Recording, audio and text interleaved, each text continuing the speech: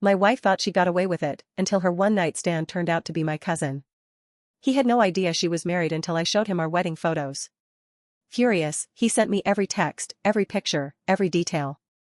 That night, I waited for her to come home and said, "I ran into someone you know today." She smirked. "Oh? Who?" I held up my phone and said, "Guess." "Alright, here goes. Me, 38 male, and my wife Rachel, 35 female, not her real name, have been married for almost 9 years. We live in Atlanta, Georgia. We've been together 12 years total. No kids. 2 dogs. House in the suburbs. I work in IT, she works in finance. We both make decent money. We looked happy to everyone around us. The truth is, we were happy. At least, I thought we were. We'd been trying to have a baby for almost 2 years. Went through the tests, talked about IVF, even started saving money for it. She was emotional about it. There were days she cried in bed. Said she felt broken. I'd hold her and say we'd figure it out. That I didn't marry her for kids. I married her for her. That's what hurts the most, I think. I was all in. Now let me tell you how everything fell apart, fast. She started going out more. Friday nights, sometimes Saturdays. Said she was meeting up with coworkers. Most of them were women. She'd come home smelling like gin and strong perfume. Said they went to rooftop bars in Midtown or some low-key lounges in Buckhead. She'd kick off her heels, laugh, say she missed dancing. I didn't ask questions. I trusted her. I've always trusted her. She wasn't acting super shady. No sneaking around with her phone. No sudden changes in how she treated me. If anything, she was nicer. Touchier. More affectionate. That should have been my first red flag. Looking back, it was guilt. A few months ago, my uncle threw a barbecue. Big family event. My cousin Marcus, 29M, was in town from Tampa. He's the youngest in our side of the family. We weren't super close growing up, but we always got along. We were catching up over beers, talking about Atlanta, when he casually said something that made my stomach drop. Man, dating in Atlanta is wild. I hooked up with this woman like 3 weeks ago. Met her at a bar, crazy chemistry, but get this, turns out she was married. She told me after. I laughed at first. Damn. She actually told you? He smirked. Nah. I figured it out.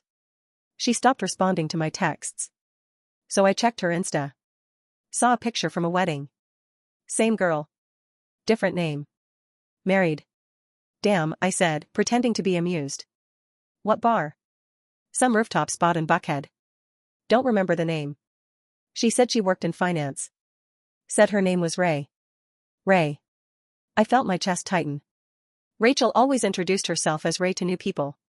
I played dumb. You still have a pic of her? He opened his phone. Swiped a couple of times. Held it up. My heart nearly stopped. It was Rachel. My wife. Smiling. Arm around my cousin. Wearing the same necklace I gave her for our 3rd anniversary. I stared at the screen for too long. He noticed something was off. You good? He asked. I nodded. Yeah. Just looks a little like someone I know. I kept it together for the rest of the day. I have no idea how. My hands were shaking. I felt sick. But I didn't want to blow up at a family event. I went home that night and just stared at her while she slept. Her face. Her breathing. How peaceful she looked. She had no idea what was coming. I waited until the next morning. I texted Marcus and asked if he was free for a quick call. He said sure. I didn't say anything right away. I just sent him one photo, me and Rachel at our wedding. Arms around each other. Big smiles. She's in the white dress. I'm in my navy suit. He called me immediately. Yo. What the F asterisk CK? That's your wife? Yeah. Silence. Bro, I swear to God, I had no idea. I would never have touched her if I knew. I thought she was single. She told me she was separated. Said she was still living with her ex for now because of the house. I told him I believed him. Because I did. He sounded horrified. Shaken. Like he had been cheated on. Then he said the words that would flip everything upside down. Do you want to see the messages? I still have everything. I told him to send it. He dumped the whole thing into a Dropbox folder and shared it with me. I opened it on my laptop. Alone. Late at night. It started with flirty texts. Then came the selfies. Hotel rooms. Bathroom mirror pics. Her kissing his neck. Her in my hoodie. Her laying in bed, half covered in sheets, smiling. They talked almost every day. Sometimes in the middle of the night. She'd say she was just stressed and needed someone to help her breathe. She called him baby. She said things like, "I wish I met you first." She told him she was tired of pretending. That she wasn't sure how long she could keep living this lie. That lie was me. I read every message. Every timestamp. She was with him while we were planning our IVF schedule. She was sexting him while I was at my mom's helping her recover from knee surgery. She even sent him pictures from our living room. He said he had no idea it was my house. That Friday, she said she was going out again. Kate from work invited me to this new lounge. I told her cool, have fun. Gave her a kiss on the cheek. She didn't notice how cold I was. I didn't sleep that night. I waited. She came home around 10:30, giggling, stumbling in heels. They had $5 margaritas. Dangerous, she said, dropping her purse on the table. I sat on the couch, laptop open. She walked over. "What are you working on?" I said, "I ran into someone you know today." She tilted her head. "Oh yeah? Who?" I turned the laptop toward her. "Guess." The screen showed a picture of her and Marcus. Arms around each other. His hand on her thigh. She froze. Dead silence. Her face went white. "What is this?" she asked, voice cracking. "You tell me." I can explain, no. Don't. I pulled up the texts. Scrolled through a few. Turned the screen back to her. 3 months. At least. While we were trying for a baby. I didn't mean to, don't finish that sentence. She sat down on the couch like her legs gave out. Started crying. Ugly, snot-filled crying. She said she felt lost. Said she didn't know why she did it. Claimed she was scared about the future. Scared we'd never have a kid. Scared I'd stop loving her. I asked one question. Was it just Marcus? She didn't answer. She didn't answer. That was all I needed to know. I didn't leave that night. I slept in the guest room. I couldn't look at her. Couldn't hear her breathe. She knocked on the door once. I didn't open it. The next day, I packed a bag and went to my brother's place. She's been texting. Calling. She says she'll go to therapy. Says she wants to work through it. Says she's sorry. I haven't responded. I haven't told anyone else in the family yet. I haven't told my parents. I haven't even figured out what I want to do next.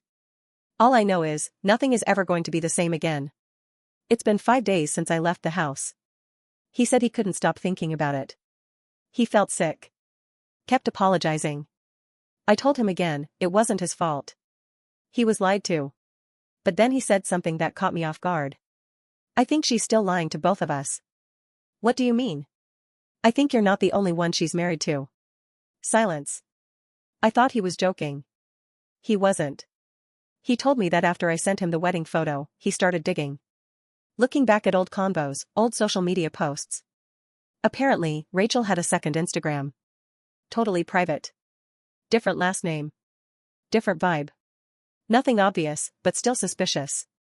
So, he did what any pissed-off man with a grudge would do, he did a reverse image search using one of her photos. And he found something. Marcus found a wedding registry online. Dated 6 years ago. Rachel's name. Different guy. Different city. Charleston, South Carolina. I stared at the screen for so long I thought my vision would blur. I asked her about her past when we first met. She told me she had an ex-boyfriend who cheated on her. That's it. No mention of a previous marriage. I had no idea. I called Marcus back. He dug deeper. Found court records. She got divorced just a few months before we started dating. So technically, she wasn't cheating on that guy with me. But it was close. I felt like I didn't even know the woman I married. If she hid a whole marriage from me, what else was she hiding? I didn't tell her I was coming. She was home. Answered the door wearing an old hoodie and sweatpants. Her face was pale. Eyes swollen. She looked like she hadn't been sleeping either. She opened the door slowly. "Hey," she said, voice barely above a whisper. I walked past her without saying a word. She followed me into the kitchen. I sat down. "I have questions," I said. She nodded, sat across from me. "Were you married before me?" She froze. Then blinked. Then looked down. "Yes," she said. "For how long?" "2 years." "Why didn't you ever tell me?" "No. Just Marcus." "I swear." I stared at her. I didn't believe her. She started crying again. That kind of messy cry where you can't talk without choking. I didn't reach for her. I didn't offer comfort. I just sat there. Cold. She finally whispered, "I was scared you'd leave me if you knew everything." I looked her dead in the eye and said, "You didn't even give me the chance." Later that night, while I was sitting in my car outside the house, trying to clear my head, I got a DM on Facebook. From a woman named Alyssa. Her message was short. "Hey. I think we need to talk. I used to date Marcus. I think your wife might have been talking to him while he was still with me." And she messaged me once. I didn't know what it meant at the time, but now I'm thinking something's off. I stared at the message. "Another woman? Another timeline?" I replied, "Can we talk?" She said yes. Turns out Alyssa and Marcus were together for almost a year. Off and on, but serious enough to meet families. So now the story changed again. This wasn't just cheating. This was targeted. Rachel knew who Marcus was. She knew he was my cousin. She went after him anyway. She warned Alyssa off like she was marking territory. And when I confronted her, she lied to my face and said it was a drunken mistake. None of this was a mistake. It was a setup. Now I'm starting to think Rachel didn't just cheat out of weakness or stress. She did it on purpose. With intent. But now, I think I married a stranger. And that stranger is hiding something. I'm going to find out what. After I talked to Alyssa, I couldn't sleep. I kept replaying everything in my head, Rachel warning off Marcus's girlfriend before they even met, the secret Instagram account, the deliberate lie about being single, the full-on affair in my own house. I started feeling like this whole thing went deeper than just cheating. So I started digging. And what I found next, man, I wish I was making this up. Rachel always left her work laptop on the desk in the guest room. She never really locked it. I remembered the password because it was our anniversary date. I didn't feel guilty opening it. Why should I? I had to know the truth. I wasn't expecting to find much, maybe emails to Marcus or a few shady messages. But what I found was a file. A Word document. Hidden deep in a folder labeled Q2 Reporting. The file was named Exit Plan. I opened it. It was a full-on plan to leave me. Detailed. Structured. Like a business proposal. She had sections labeled, financial split, property division, communication timeline with friends/family, how to tell him, backup, living options, emotional fallout management. I sat there, staring at the words emotional fallout management like I was reading a stranger's mind. She'd been planning this for months. And not just that, under the timeline, it said, after IVF decision. If no progress, initiate full separation by Q3. Use Marcus as emotional bridge if needed. She was using my cousin as a transition out of our marriage. He wasn't just an affair. He was a stepping stone. That wasn't even the worst part. I found a hidden photo folder in her cloud backup. There were dozens of pictures. Some of them were old. Some were very recent. She'd been meeting other men too. Not just Marcus. One guy in Chicago, selfies with him at a rooftop bar. Another in Miami, screenshots of FaceTime calls and her saying, "Can't wait to finally feel you again." One message stood out, "Atlanta is just temporary. I'll be free soon." This wasn't a woman who made a mistake. This was a woman running a double life. Multiple men. Multiple stories. Fake names. Hidden apps. Hidden lives. But then he paused. Actually, she kind of already knew me. She said something like, "You look better in person." I figured she was just flirting. That made my stomach drop. "She knew who you were before that night," I said. He got quiet. And then he told me something he had forgotten about. "She asked me once if I ever kept in touch with your ex." I froze. "What ex?" "You know, the one before Rachel. The girl from college." "My ex, Danielle." I hadn't talked to Danielle in over 10 years. We dated for a few years back in college. Ended on good terms. No drama. Why would she ask about Danielle? I don't know. She was just digging around. Thought maybe something happened between you two again. I said no, of course. You're a loyal guy. I didn't say anything back. My mind was spinning. Why would Rachel be worried about my ex? Unless I hadn't spoken to Danielle in a decade. But I still had her number. I called it. She answered after 2 rings. Hello? It's me. James. She sounded surprised. Wow. Hey, what's going on? I need to ask you something strange. Did Rachel ever reach out to you? At any point since we got married? There was a long pause. Then she said, yes. Apparently, Rachel contacted her 6 months into our marriage. She apologized for not telling me. Said she didn't want to cause drama. I thanked her. Hung up. Sat in silence. Rachel wasn't just cheating. She was obsessed. Possessive. Manipulative. Strategic. She wanted to isolate me. Keep tabs on my past while creating multiple versions of herself with other men. This wasn't love. This was control. I'm still at my brother's. I haven't told him everything. Not yet. I have all the files backed up. Screenshots. Photos. Emails. That exit plan doc. Everything. I meet the lawyer tomorrow.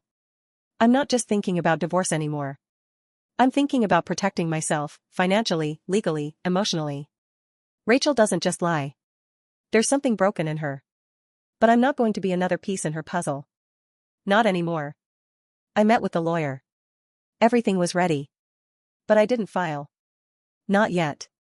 Not because I was having second thoughts about leaving her, but because I wanted her to know, face to face, what I knew. All of it. No more lies.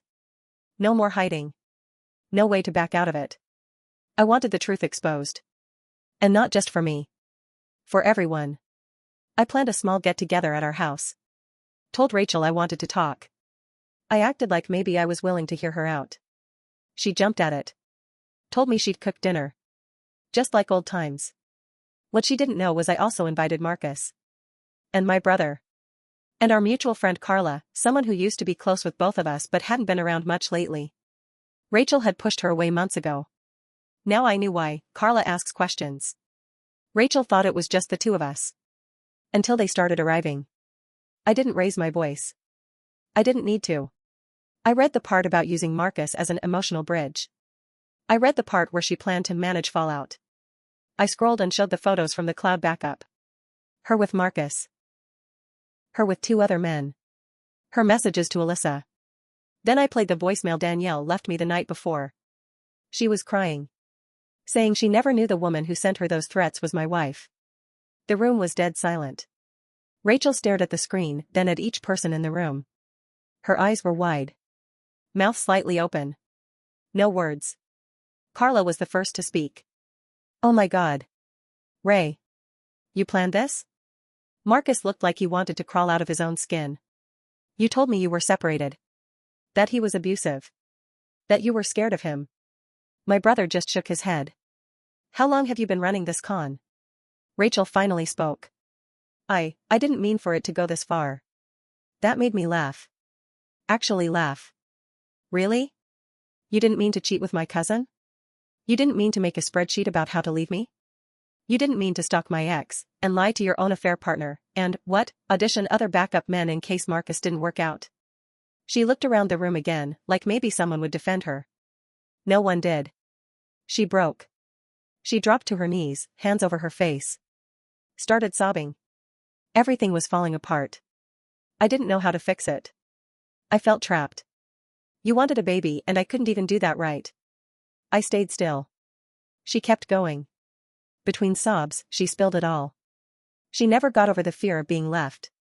Her ex-husband cheated on her, left her broke and alone. She started talking to Marcus to feel wanted again. Then she got addicted to the attention. Started messaging other men. Started fantasizing about a life where she could be someone else, somewhere else. When it spiraled, she planned an escape, using me for security, Marcus for transition, and someone else if that fell through. Did you ever love me? I asked. She looked at me like I'd hit her. Yes, she said. But it got twisted. Marcus stood up. I'm out. I'm done.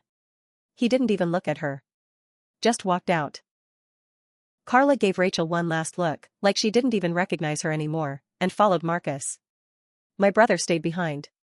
I never liked you, he said to Rachel. But I respected what James saw in you. Now I just feel stupid too. He turned to me. You ready? Not yet. He left. Now it was just me and Rachel. She was still on the floor. I didn't want to hurt you, she whispered. You just didn't want to be alone, I said. You didn't love me. You loved the way I loved you. And when that wasn't enough, you needed backup plans. She didn't respond. I grabbed the file folder the lawyer gave me. Put it on the table. I'm filing tomorrow. She nodded. Didn't try to stop me. She moved out 3 days later. No fight. No drama. Just silence. I let her keep the furniture.